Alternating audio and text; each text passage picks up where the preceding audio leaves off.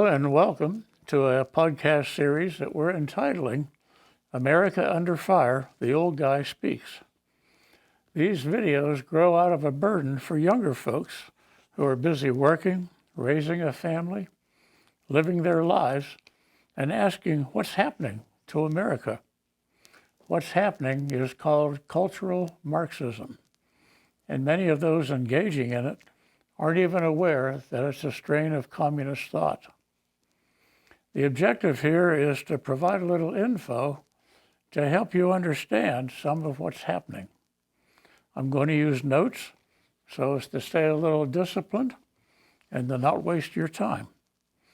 I also need them because I'm 81 years old and I have brain fog and cognitive decline. I have the attention span of a second grader and my memory is shot, so I need the notes.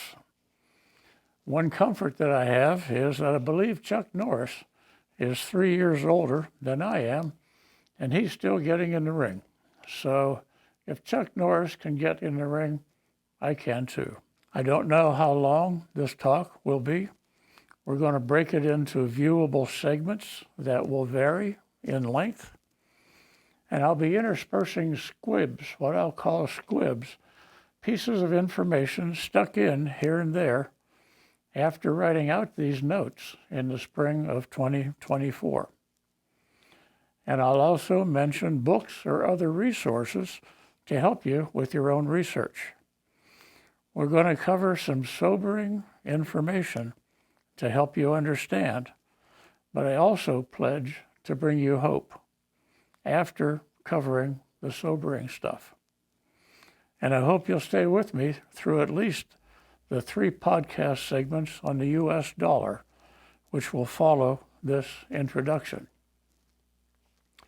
I want to start things with a story. And so I suppose it should start with the words, once upon a time. Once upon a time, there was a university professor, worked at a large university, and he taught subjects that required lab work, laboratory. And one day he was moving about in the lab, looking over people's shoulders and critiquing and helping and working with the students, when he noted one of his Eastern European exchange students was shifting uneasily on his lab stool and unable to get comfortable. So the prof went over and asked to help and asked him about it. The student told him that he still had a bullet in his back that was a bullet out of a socialist rifle in Eastern Europe. He had been with a resistance movement against socialism in Eastern Europe. That was his explanation. And he asked the prof whether the prof had ever learned did he know how to catch wild pigs? No? All right. Well, the student taught the professor how to catch wild pigs. You begin by picking an appropriate spot out in the forest, and you put a pile of corn on that spot. The wild pigs will find it. They will very warily come to visit. The braver ones will come first, and they'll nibble at it, and they'll go away. And if nothing happens, they'll become habituated to that. They'll gradually, more and more, learn that there appears to be no danger coming to the corn. So they'll start to come regularly to that corn. When that has happened, you build a fence. You put up a section of fence, pick a number, 60 feet long, say. You build a section of fence beside that pile of corn. The pigs will once again become wary at this new development. They may not visit the corn for a while, but the corn keeps getting resupplied every day, and the pigs will eventually come back, and they'll be back to full time there at the corn. When that happens, when they're comfortable with that first piece of fencing, You go to one end of the fencing, build another fence at a right angle, say another 60-foot fence. That will make the pigs wary once more. They'll stay away for a while, but eventually they'll become habituated to coming back to that corn because the corn was resupplied every day. When the pigs are habituated to that one, of course, you go to the other end, you build another 60-foot section of fence over here, and the pigs, of course, will be wary, but they'll come back and they'll be habituated to the corn once more. When that happens, you put in the final row of fencing to make a square. You have an enclosure with only a gate that opens into that enclosure. It may take the pigs a little while longer to learn to come through that gate, but they will, because the corn is resupplied regularly. When the pigs have become habituated to that, they'll usually come in the early dawn hours to do their feeding, and you keep resupplying the corn. When they come in some morning then, and they're eating on the corn, you close the gate. The pigs will panic and run about for some time, but they'll start to become used to that. There's no way out. They'll eventually give up on escaping, and you have captured and domesticated your wild pigs. That is the story of how Marxism works. We're going to go into what is called Cultural Marxism by contrasting it first with classical Marxism. Classical Marxism is focused on organizing the workers of the world to rise up and bring socialism by way of a class-based economic revolution. It failed in America and in the West generally, where workers have done well enough economically that the traditional Marxist approach did not sway them. Let's turn now to the 1920s and 30s, the early 30s, in Frankfurt, Germany, where a university group calling themselves Freudian Marxists of the Frankfurt School saw that failure of classical Marxism coming. They argued that the need is to instead focus on cultural transformation, revolutionary changes in religion, governance, marriage, sexuality, the family. They said, look not to the factories and the farms, but rather to the university classroom as the home base for advancing socialism and communism. They spurned the church, and they looked to Marx and Freud as their gods. They set out to organize the students and the academy, the educational establishment, the media, the entertainment industry, all of the culture-forming institutions that could be dominated, including the church. Many of the Frankfurt School leaders were Jewish, so they had to leave Germany as Hitler rose to power in the early to mid-1930s. I think he came to power in 1933. They came to Columbia University here in New York City and spread from there.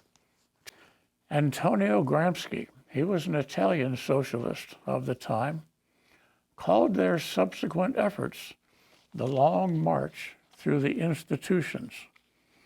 And that is what has happened to us. The long march of cultural Marxism through our culture-forming institutions. In the words of Professor Paul Kengor of Grove City College in Pennsylvania, instead of joining a factory collective or making bombs in basements, a leftist professor could help free society from capitalist exploitation by penning essays in his office or teaching students. They questioned everything, including moral absolutes and the entire Judeo-Christian basis of Western civilization. They frame seemingly benign conventions as systematic injustices to be remedied, and nothing was or is off limits to them.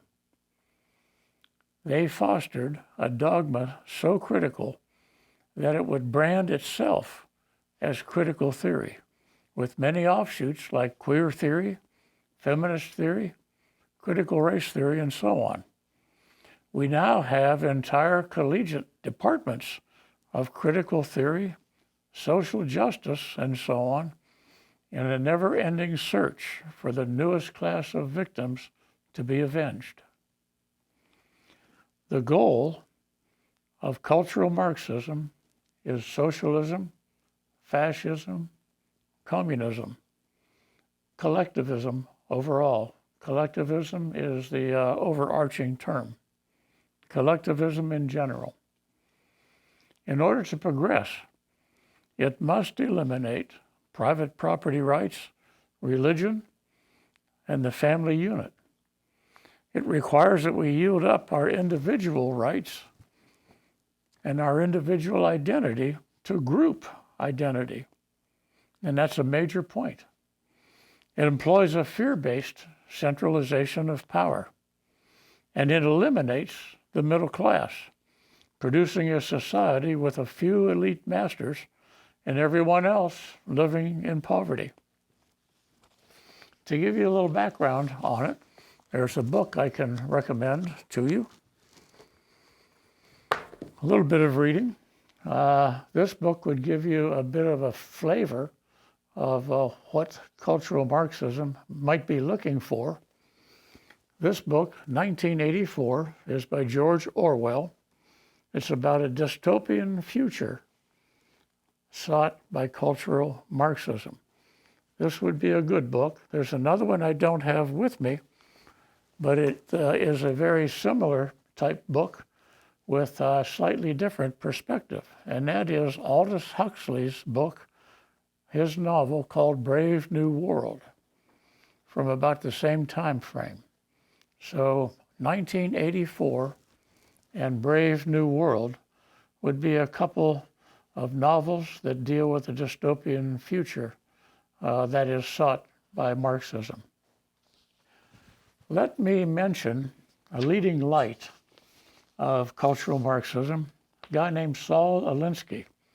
He was a Chicago community organizer who was reportedly mentored by Frank Nitti of the Capone organization.